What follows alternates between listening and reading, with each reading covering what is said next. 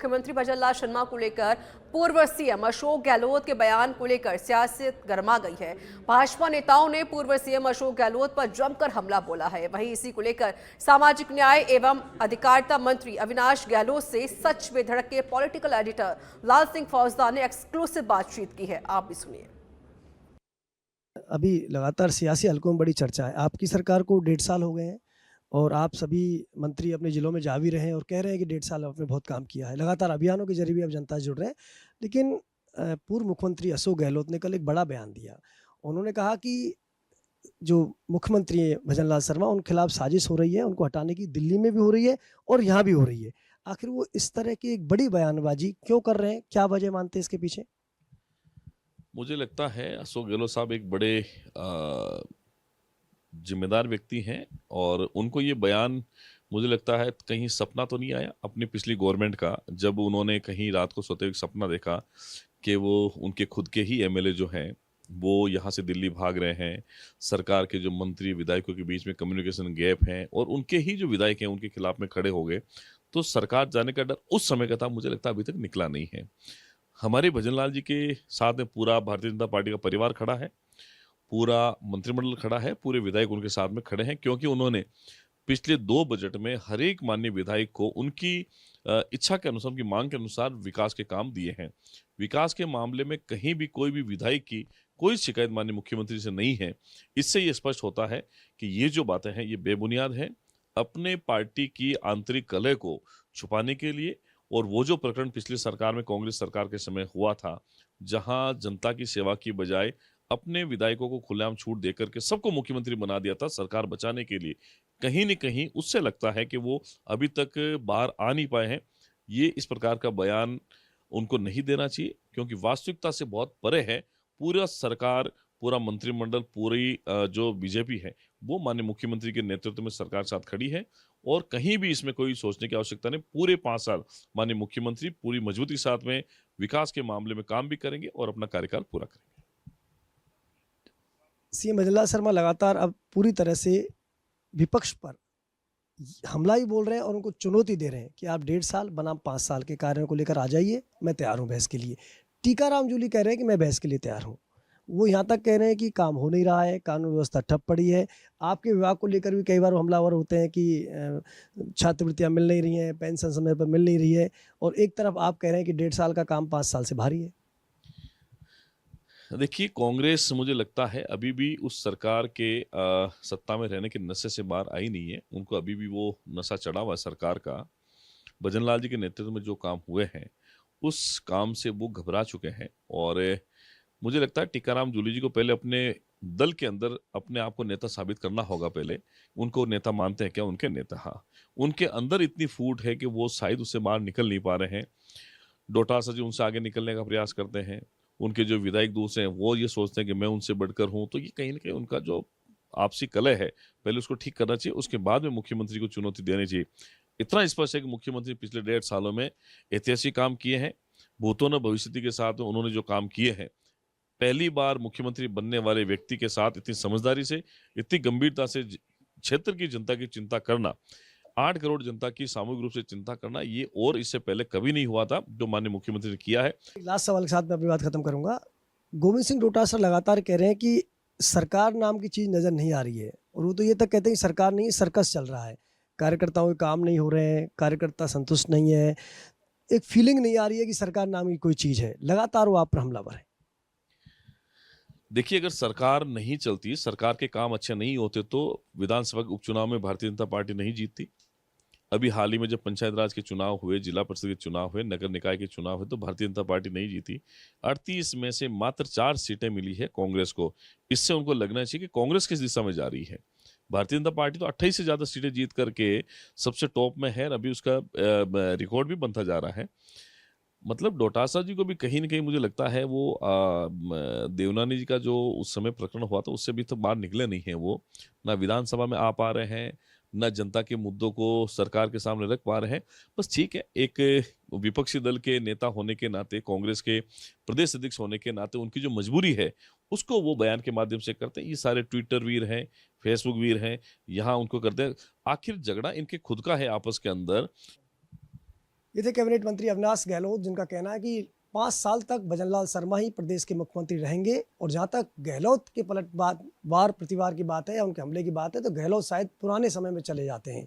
यानी कि बड़ी बात अविनाश गहलोत ने कही है कि पूरी पार्टी एक साथ है, सीएम भजनलाल शर्मा के साथ है और 5 साल सीएम भजनलाल शर्मा ही मुख्यमंत्री के पद पर बने रहेंगे। वीडियो जर्नलिस्ट विजय शंकर त्यागी के साथ लाल सिंह फौजदार, सच बेधड़क, जयपुर। खबर जोधपुर से है, जहां पर कैबिनेट मंत्री जोगाराम पटेल ने पूर्व मुख्यमंत्री अशोक गहलोत के दिए गए बयान पर पलटवार किया है। मंत्री जोगाराम ने कहा कि अपने कार्यकाल में जब उनकी कुर्सी हिल रही थी तब वह अपने ही साथी को नकारा निकम्मा कह रहे थे। वह काल उन्हें याद करना चाहिए। यह भारतीय जनता पार्टी की सरकार है, भजनलाल शर्मा मुख्यमंत्री हैं। जब तक राजस्थान हमारा समृद्ध और विकसित नहीं हो जाता तब तक अमृत भारत तक हमारी सरकार रहेगी और आगे भी जनता हमारी सरकार दोबारा बनाएगी। ओसी मानसिकता वालों का केस है।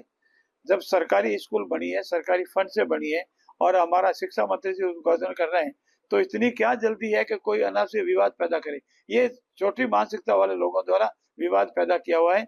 अशोक गहलोत जी का ऐसे छोटी राजनीति में इस ओसी हरकतों में नहीं पड़ना चाहिए, ऐसा मेरा उनका नम्रता से निवेदन। कारण बताओ, नोटिस जारी किया गया किसको? सीबीओ को। ये तो एक सामान्य प्रक्रिया है। इस सामान्य प्रक्रिया में कोई गलती होगी तो नोटिस जारी होगा, जवाब आ जाएगा, आप संतुष्ट हो जाएंगे, नोटिस खत्म हो जाएगा। नोटिस जारी करना कोई सामान्य प्रक्रिया का हिस्सा है। ये तो झालावाड़ की ग्राम पंचायत गादिया के अटल सेवा केंद्र पर पंडित दीनदयाल उपाध्याय अंत्योदय संबल पखवाड़ा शिविर का आयोजन किया गया। शिविर के अवलोकन के दौरान एसडीएम दिनेश कुमार मीणा एक्शन में नजर आए। सीसी रोड, इंटरलॉकिंग रोड सही नहीं करने, टंकी की सफाई नहीं करने आदि कई कमियों को लेकर विभागीय अधिकारियों को फटकार लगाई गई। साथ ही उन्हें तुरंत सही करने के निर्देश दिए गए। शिविर में एसडीएम दिनेश मीणा ने ग्रामीणों को 20 पट्टे वितरित किए। शिविर में शिविर प्रभारी तहसीलदार अजहर बेग, पंचायत प्रसार अधिकारी घनश्याम पालीवाल, वीडियो कविता प्रजापत समेत कई विभागों के अधिकारी मौजूद रहे। भुसावर उपखंड के गांव पथेना में पंडित दीनदयाल उपाध्याय अंत्योदय संबल योजना के तहत एक शिविर का आयोजन किया गया। इस शिविर में छात्र नेता कौशल फौजदार के नेतृत्व में 4 सूत्रीय मांगों को लेकर भुसावर उपखंड अधिकारी को एक ज्ञापन सौंपा गया। उपखंड अधिकारी को दिए गए ज्ञापन में पथेना कैनाल की सफाई, किसानों का ओलावृष्टि का बकाया पड़ा हुआ मुआवजा राशि तथा गांव के 3 अस्पतालों में स्थायी डॉक्टर नियुक्त करने की मांग की गई। के गांव पथेना में भाजपा सरकार द्वारा जो कैंप का आयोजन किया जा रहा था, उस कैंप में आज पथेना ग्रामीण के लोग और उनके साथ में हम समस्त युवा छात्र शक्ति वहां पर पहुंचे और पहुंच करके एसडीएम महोदय के सामने हम लोगों ने हमारी बातों को रखा। एसडीएम महोदय को ज्ञापन दिया गया, जिसमें पथेना कैनाल की सफाई, 3 अस्पतालों में स्थायी डॉक्टर को लेकर के और पिछले समय में जो किसानों की फसल का मुआवजा था वो अभी तक किसानों को नहीं मिला है। तो उन मांगों को लेकर हम लोग कैंप में अधिकारियों से मिले। वहाँ पर भुसावर तहसीलदार राजेंद्र मीणा जी द्वारा किसानों के साथ में और ग्रामीणों के साथ में अभद्र व्यवहार किया गया और उन्होंने साफ तौर पर ये ग्रामीणों को और किसानों को। नगर निगम कोटा दक्षिण क्षेत्र में प्रशासनिक अनियमितताओं, जल संकट, सफाई व्यवस्था की बदहाली, विकास कार्यों में भेदभाव जैसे गंभीर मुद्दों को लेकर कांग्रेस समर्थित पार्षदों का प्रतिनिधिमंडल सर्किट हाउस पहुंचा। प्रतिनिधिमंडल ने नगरीय विकास मंत्री झावर सिंह खर्रा को ज्ञापन सौंपकर समस्याओं के शीघ्र समाधान की मांग की है। उप महापौर पवन मीणा के नेतृत्व में पहुंचे प्रतिनिधिमंडल से मुलाकात के लिए मंत्री स्वयं सर्किट हाउस से बाहर आए। लंबे समय से कांग्रेस समर्थित जो पार्षद हैं अपने क्षेत्र में विकास को लेकर लगातार नगर निगम में यूआईटी में अपनी समस्याओं को लेकर ज्ञापन देते आए हैं। लगभग साल भर ही हो चुका है जब से हम लगातार गुहार लगा रहे हैं और जो बीजेपी समर्थित पार्षद हैं उनके क्षेत्र में काम करा दिए जाते हैं और जो कांग्रेस समर्थित पार्षद हैं उनके क्षेत्र में कामों को रोक दिया जाता है। जो टेंडर्स के लिए जो हम लोग 1-1 करोड़ के टेंडर्स के लिए लगातार। राजस्थान हाईकोर्ट ने अलवर रोडवेज डिपो के प्रबंधक के आदेश पर रोक लगा दी है, जिसके जरिए मेडिकल अनफिट ड्राइवरों को हाईवे पर हैवी ड्यूटी देने के आदेश दिए थे। हाईकोर्ट के अवकाशकालीन जज सुदेश बंसल की कलपीठ ने अलवर प्रबंधक के तहत जारी किए गए आदेश पर हैरानी जताई है। ड्राइवरों को बिना मेडिकल बोर्ड गठन करे, बिना मेडिकल बोर्ड प्राप्त किए हुए हैवी ड्यूटी असाइन कर दी गई थी उस आदेश को माननीय न्यायालय द्वारा स्टे कर दिया गया है और रोडवेज की तरफ से उपस्थित अधिवक्ता द्वारा यह आश्वासन दिया गया है कि हम संबंधित अधिकारी के खिलाफ कार्रवाई करेंगे कि उन्होंने मेडिकल बोर्ड क्यों नहीं गठन करवाया और बिना मेडिकल बोर्ड गठन कराए हुए। खबर सिरोही से है, जहां डीएपी खाद की कालाबाजारी का एक बड़ा मामला सामने आया। जैतावाड़ा ग्राम सेवा सहकारी समिति ने मंगवाया था 700 कट्टे डीएपी। फैक्ट्री से 700 कट्टे खाद लेकर रवाना हुआ, ट्रक नहीं पहुंचा जेतावाड़ा। वर्तमान में किसानों को डीएपी कहीं नहीं मिल रहा है। हमने 6 महीने पहले इफ्को कंपनी में डीएपी माल के लिए 14-15 लाख रुपए जमा करवाए। डीएपी की गाड़ी 700 बैग, हमारा जो केंद्र सरकार की ओर से तकरीबन 3800 का एक बैग पड़ता है, वो जेतावाड़ा जीएसएस के नाम से आ रही है और मंडार से वो गाड़ी गायब हो गई। अब उसके बाद में जानकारी ये आई कि वो 700 बैग बीच में कहीं और चोरी होकर के इन्होंने ब्लैक मार्केटिंग कर दी, यानी कि जेतावाड़ा जीएसएस का माल था और माल जीएसएस में ना आकर के दूसरी समितियों में। प्रदेश में टीबी मुक्त भारत में एसीएफ अभियान के तहत 25 जून से 11 जुलाई तक घर घर सर्वे चल रहा है। एक्टिव केस फाइंडिंग अभियान में आशा सहयोगिनी, एएनएम और स्वास्थ्य कार्यकर्ता घर घर जाकर संभावित रोगियों की पहचान करेंगे। एसीएफ एक्टिव केस फाइंडिंग, इसमें टीबी मरीजों को सर्वे द्वारा ढूंढा जाता है। जितनी भी आशा और एएनएम है, मेनली आशा, वो हाउस टू हाउस सर्वे पे जाती है और उन्हें सरल भाषा में ये सारणी दी हुई है भाई, जो भी मरीज या जिस भी आदमी में ये सारे लक्षण पाए जाए, जैसे मान लो खांसी आना, फीवर होना, वजन कम, रात में पसीने आना, उस आदमी को नियर बाई नाट साइट या नियर बाई समीप।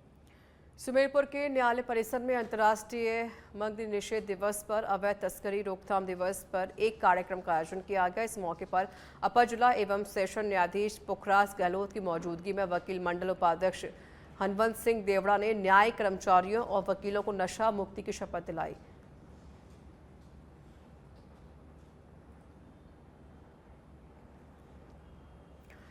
खबर टोंक से है, जहां कलेक्ट्रेट सभागार में कलेक्टर कल्पना अग्रवाल ने बैठक ली। जिला स्तरीय fertiliser distribution regulatory task force और जिला शिकायत निवारण समिति की बैठक ली।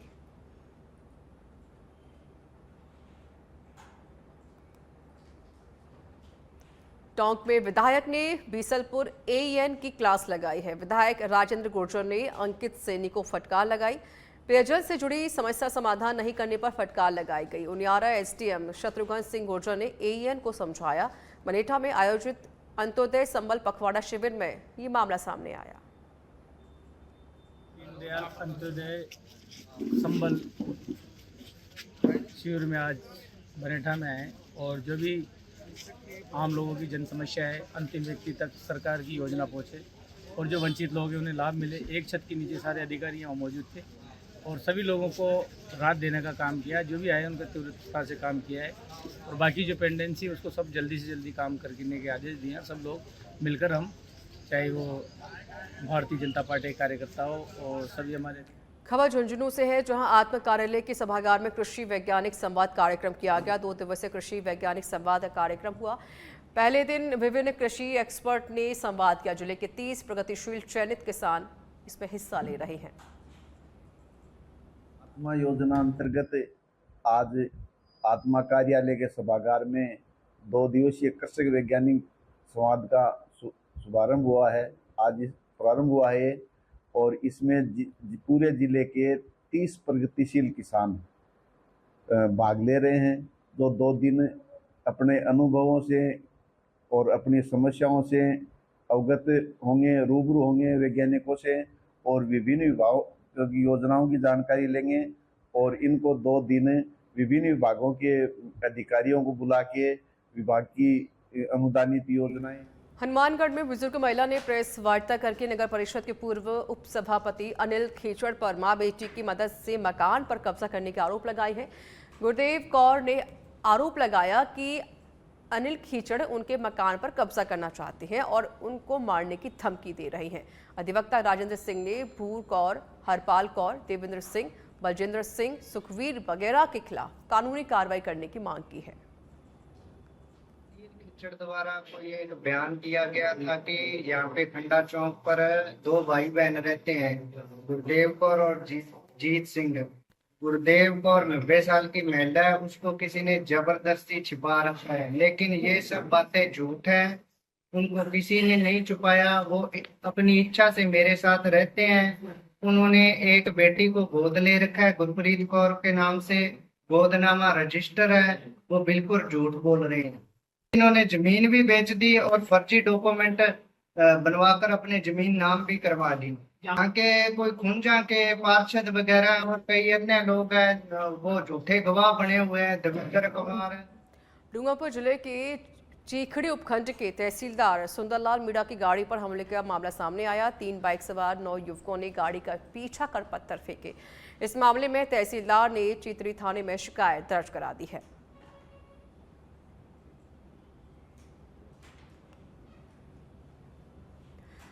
सिरोही में मानसून से पहले नालों की सफाई अब तक नहीं की गई है। जिला मुख्यालय पर स्थित स्थानेश्वर रिको इंडस्ट्री एरिया में मौजूद एक भी नाले की सुध नहीं ली गई। ऐसे में राज्य सरकार और जिला प्रशासन के निर्देशों के बावजूद रिको प्रबंधन ने इन नालों की साफ सफाई के लिए कोई पहल नहीं की। अभी इसका टेंडर लगा दिया है और 3 तारीख को टेंडर ओपन होगा और ओपन होते इसको वहाँ की जो सफाई है वो करवा दी जाएगी। सर, राज्य सरकार के और जिला प्रशासन के ये स्पष्ट आदेश होता है कि मानसून से पूर्व सफाई हो जानी चाहिए। मानसून में 10 तक दे दिए, मानसून आए हुए भी 10 दिन बीत गए, लेकिन अभी आपकी तरफ से टेंडर आज जारी किया जा रहा है और 3 तारीख को उसके टेंडर ओपन होंगे। इस बीच में अगर बारिश ज़्यादा होती है और स्थिति वहाँ पर भयावह बनती है तो इसके लिए जिम्मेदार कौन होगा? नहीं, ऐसी कोई इमरजेंसी आएगी या आती है बाई चांस तो हम जो भी उस टाइम मौके की सिचुएशन के हिसाब से जैसे भी है लेबर लगा के कर देंगे। बाकी जो टेंडर की जो प्रक्रिया है वो हमने अभी जारी कर दी है। मानसून ने दस्तक दे दी है, लेकिन जो नगर पालिका और रिक्को के ऊपर जो जिम्मेदारी है वो जिम्मेदार किस प्रकार से लापरवाह बने हुए हैं, इसका एक ताज़ा नमूना मैं आपको दिखाने की कोशिश करूंगा। मैं कैमरामैन को कहूँगा इस नाले को दिखाए पूरा। ये रिक्को एरिया का नाला है, सिरोही का स्थानेश्वर रिक्को एरिया है और ये जो नाला है, इस नाले को आप देख सकते हैं, इस तस्वीरों में साफ देखा जा सकता है कि यहाँ पे जो झाड़ियाँ हैं वो इतनी बड़ी बड़ी हो गई है कि ये पूरा जो नाला है वो अटा पड़ा है इन झाड़ियों से और उसके साथ में ही इसमें पत्थर और जिस प्रकार से आए हुए पड़े हैं। आप देख सकते हो कि अगर यहाँ पे अत्यधिक बारिश होती है तो उसके बाद में यहाँ पे जो बाढ़ की स्थिति बनेगी और यहाँ का जो पानी है वो सड़क पे जाएगा। इसको लेकर के आप समझ सकते हो कि यहाँ पे जो स्थिति बनने वाली है वो कितनी भयावह स्थिति हो सकती है। रिक्को को चाहिए कि इस काम को तुरंत प्रभाव से किया जाए और यहाँ पे जो है वो नालों की साफ़ सफाई होगी, तभी यहाँ से जो पानी की जो निकासी होगी वो निकासी सही समय पे हो पाएगी और व्यवस्थित तरीके से हो पाएगी। वरना ये जो है झाड़ियाँ और ये बबूल जो ये नालों को हटा के रखा हुआ है, ये नाले कल बारिश के अत्यधिक बारिश के अंदर बाढ़ का एक कारण बन सकता है। रिक्को इंडस्ट्रीज एरिया के अंदर जिस प्रकार से इसका जो दुष्प्रभाव पड़ेगा, इसको लेकर के अवेयरनेस की जरूरत है। सहयोगी कृष्णा के साथ विक्रम सिंह कर्नौत, सच बेधड़क, सिरोही।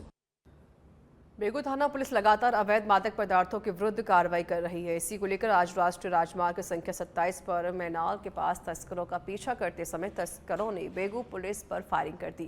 पुलिस ने जवाबी कार्रवाई करते हुए एक तस्कर को दबोच लिया है, वहीं दूसरा तस्कर भागने में सफल हो गया।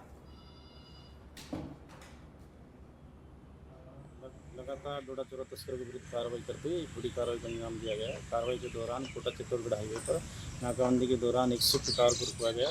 स्विफ्ट कार के चालक को मौके से गिरफ्तार किया और उसका साथी फायरिंग करते हुए मौके से फरार हो गया। कार की तलाशी लेने पर 195 किलो से अधिक डोडा चोरा बरामद हुआ है। पुलिस द्वारा भी आरोपीगणों द्वारा फायरिंग करने पर जवाबी फायरिंग की गई। फायरिंग के दौरान उसके गाड़ी के चालक को दर्द दबोचा। दोनों अभियुक्त गणों के विरुद्ध थाना बेगू पर NDPS एक्ट, हत्या के प्रयास, आराम। अलवर के कठूमर से खबर है, जहां जमीनी विवाद में युवक की हत्या का मामला सामने आया। कठूमर थानाधिकारी ने मामले में दूसरे आरोपी को गिरफ्तार कर लिया है। गांव में जमीन विवाद में हुआ था खूनी संघर्ष। एक युवक रितेश की उपचार के दौरान मौत हो गई थी। बांसवाड़ा में घंटाली थाना क्षेत्र के लीलिया गांव में जमीन विवाद को लेकर 2 पक्ष में खूनी संघर्ष हो गया। एक पक्ष के करीब 5 लोग गंभीर रूप से घायल हो गए। मारपीट में सभी घायलों को जिला अस्पताल पहुंचाया गया, जहां उनका इलाज जारी है। और 12 लोग आएंगे तो सबने मारपीट की थी, तलवार लेके आए और डंडा लेके आए और मेरी मम्मी को पत्थर लग गया बहुत सा। लगी हुई है। मैं अकेला ही था वहाँ पर, 12-13 लोग आगे मेरे मम्मी पापा थे और पापा थे, मेरी बहन थी, मेरी बहन को भी बहुत लगी हुई और मेरे भाभी को और मेरी मम्मी को, मेरे पापा को बहुत लगी। किस बात को लेकर विवाद हुआ था? जमीन के बारे में बहुत लड़े हुए कि हम खेती भी कर गए थे। प्रतापगढ़ में अंतर्राष्ट्रीय नशा मुक्ति दिवस के अवसर पर नर्सिंग महाविद्यालय में 1 दिवसीय कार्यशाला प्रदर्शनी का आयोजन किया गया। कार्यक्रम के मुख्य अतिथि जिला विधिक सेवा प्राधिकरण के एडीजे केदारनाथ रहे। इस अवसर पर नर्सिंग महाविद्यालय के विद्यार्थियों के तहत नशा मुक्ति समाज की ओर विषय पर पोस्टर प्रतियोगिता एवं प्रदर्शनी आयोजित की गई। आज विश्व नशा मुक्ति दिवस मनाने के लिए हम एएनएम ट्रेनिंग सेंटर में आए हुए हैं और इसमें हमारे टीचर्स और सभी शिक्षक और विद्यार्थियों ने भाग लिया है और इसके अंदर हमारे एडी साहब भी आ रखे हैं और हमने नशा क्या होता है, नशे कितने प्रकार के होते हैं और नशे से होने वाला इफ़ेक्ट और नशे से इफ़ेक्ट होने वाले परिवार पे क्या इफ़ेक्ट पड़ता है, ये संबंधित सभी जानकारी हमने इन लोगों को दी है और हमने इनको ये बताया है कि हमने समाज में किस तरह से इस नशे से मुक्त किया जाए। आज हम इस हॉस्पिटल में नशा मुक्ति दिवस के रूप में मना रहे हैं, जिसमें हमारे साथ श्रीमती सर साहब उपस्थित हैं तथा नशा मुक्ति केंद्र के श्री शरण जी उपस्थित है तथा विद्यालय के प्राचार्य सभी ने इस नशा। अलवर के खेडली में विद्युत वितरण निगम के कनेक्शन काटने के अभियान शुरू किया गया है। बता दें कि अकेले खेडली कस्बे में ही 50 लाख का बिल बकाया चल रहा है और बाकी बार रिमाइंडर के बावजूद बिजली के बिल जमा नहीं कराए गए, जिस पर विभाग को ये एक्शन लेना पड़ा, जिसके बाद अभी तक कनेक्शन कटने के भय से बकायेदारों ने 15 लाख रुपए के बिल जमा करा दिए हैं। विद्युत विभाग द्वारा जो कार्रवाई की जा रही है, हमने उपभोक्ताओं को कई बार नोटिस भी दे दिया, घर घर जाकर हमने संपर्क भी किया। बिल वितरण जब हो रहा था तो हमने अपने लाइनमैन से जो फीडर इंचार्ज लगे हुए हैं उनसे मैंने ये कहा था कि प्रत्येक उपभोक्ता से आप निवेदन कर लेना कि बिजली का बिल जो है ना वो समय पर जमा हो, लेकिन कुछ उपभोक्ता ऐसे हैं जो बिजली का बिल अभी जमा। चूरू के सुजानगढ़ में जल्द ही एक रूट पर सिटी मिनी बस और 2 रूटों पर मैजिक टेम्पो की सेवाएं लोगों को मिलने वाली हैं। उपखंड स्तरीय यातायात समिति ने आमजन की सुविधा को देखते हुए यह प्रस्ताव पारित किया है। वहीं जब तक यह व्यवस्था लागू नहीं होती तब तक अस्थायी तौर पर पुराने बस स्टैंड पर बसों के आने की अनुमति भी दी गई है। हालांकि बसों का पुराने बस स्टैंड पर ठहराव नहीं होगा। पैसेंजर जो वापस चालू हुआ है इसके लिए प्रशासन को बहुत बहुत धन्यवाद और प्रशासन ने इसमें बहुत हमारा योगदान किया है और जो भी जितने भी साथी हमारे जो लाडनू बस स्टैंड के व्यापार मंडल के जो साथी थे, जो दुकानदार थे, जितने भी सब इसमें जो सहयोग दिया सभी ने, उन सभी का दिल से धन्यवाद और प्रशासन का बहुत बहुत धन्यवाद। और जितने भी ग्रामीण जो क्षेत्र थे वो यहाँ वापस आएंगे। अभी जो यहाँ से जो सवारियाँ थी ग्रामीण की, लाडनू, चंदगढ़, लेडी, डाबड़ी, कसूमी, जितने भी जो ग्रामीण थे वो अभी यहाँ पे सारे वापस पुनः सुचारू रूप से आने चालू हो जाएंगे। आपके सामने हैं सारे व्यापारी यहाँ खड़े हैं, आप उनके चेहरे पढ़ सकते हैं, चेहरे समझ सकते हैं। बहुत ही शानदार अनुभव रहा है पिछले 2 महीनों का।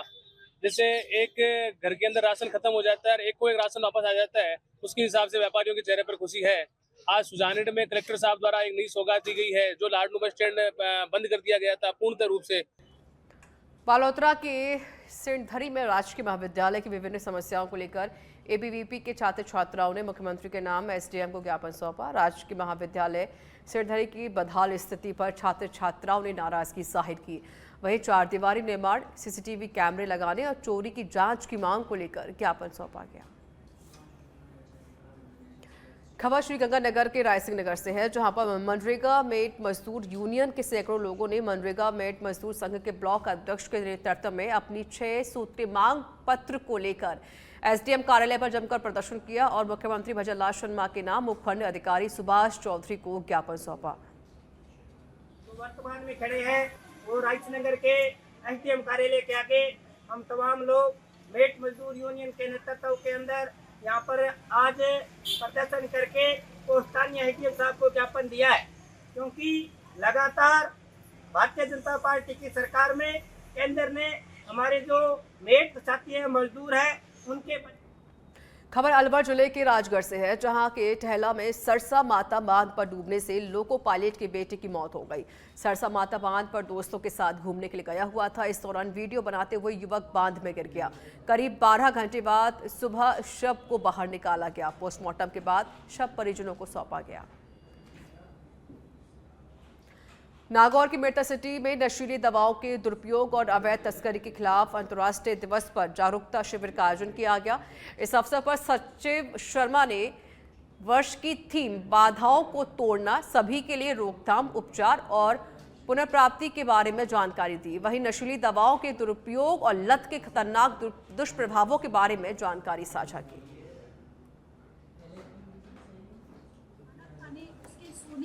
उसके व्यवहार की, उसके चिड़चिड़ेपन की, जहां आपको थोड़ी सी असहजता महसूस हो रही है, असामान्य लग रहा है, वहां पे उसको कॉन्फिडेंस में लेना ज़रूरी है।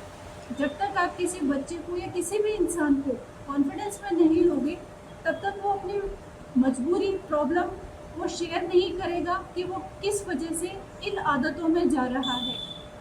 हम जो ये ऑफिस में दौसा के सिकराय के आंगनवाड़ी केंद्र गिरधारीपुरा द्वितीय की कार्यकर्ताओं की दबंगी के चलते महिला बाल विकास विभाग के अधिकारी भी परेशान नजर आए।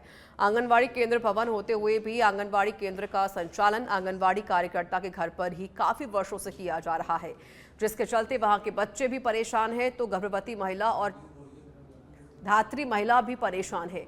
यहाँ के लोगों का कहना है कि कई बार उच्च अधिकारियों को इस मामले में अवगत करवाया गया, लेकिन अधिकारी भी इस मामले की शिकायत तो लेते हैं लेकिन कार्रवाई नहीं करते।